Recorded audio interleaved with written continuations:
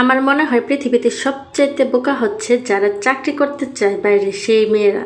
কেননা সংসারে কি কম কাজ থাকে নাকি? এই সংসারে কাজগুলো সামলিয়ে বাইরে কাজ করাটা অনেক কষ্ট হয়ে যায়।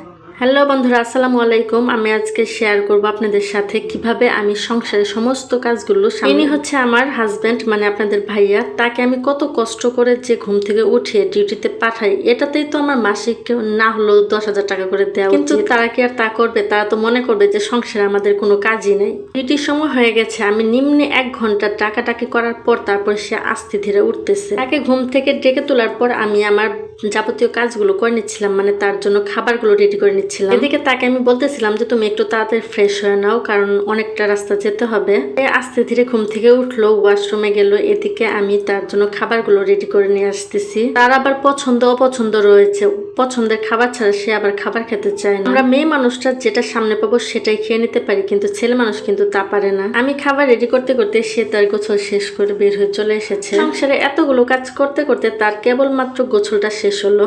এখন সে আস্তে ধীরে রেডি হবে, তারপরে খাবার খাবে। খাবার খেয়ে আস্তে ধীরে অফিসে চলে যাবে। তাদের তো আর বাড়তি কোনো কাজ করতে হয় না, কেননা আমরা যতই চাকরি করি আমাদেরকে আগে ঘর সামলিয়ে তারপরে বাইরে কাজ করতে হয়। এখানটাতেই আমার মনে হয় মেয়েরা একটু বোকা, কেননা এদের ঘরও সামলাতে হচ্ছে আবার বাইরে তো চাকরি করতে হচ্ছে। দরকার আছে এত প্যারা নেওয়ার? যে কোনো একটা কাজ করলে তো হয়ে যায়। কিন্তু এমন একটা দিন চলে এসেছে যে নিজের পায়ে না দাঁড়ালেও হয় না, মানুষজনের কথা শুনতে হয়। দেখতেই পাচ্ছেন আপনাদের ভাইয়ের জন্য যে আমি খাবারগুলো রেখে দিয়েছিলাম, সেই খাবারগুলো সে নিতেছে এবং কি খাবারগুলো খাবে। আবার বলতে পারেন যে সে গামলার মধ্যে কেন খাচ্ছে, আসলে সে থালার মধ্যে খেতে পারে না, তাই এই গামলাটা তার প্রিয় গামলা, এটাতে করে সে তার খাবারগুলো খায়।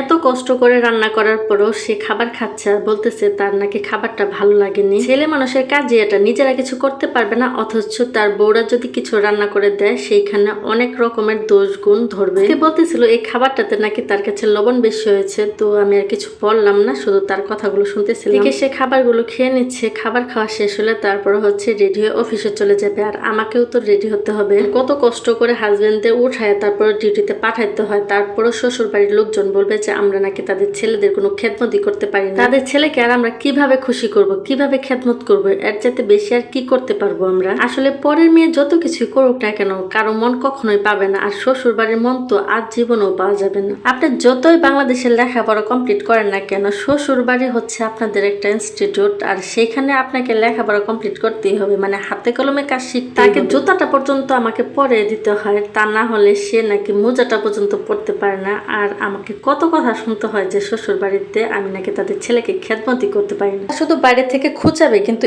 এটা বুঝবে না যে আমাদের মাঝখানে ভালোবাসা এখনো অনেক গাঢ়।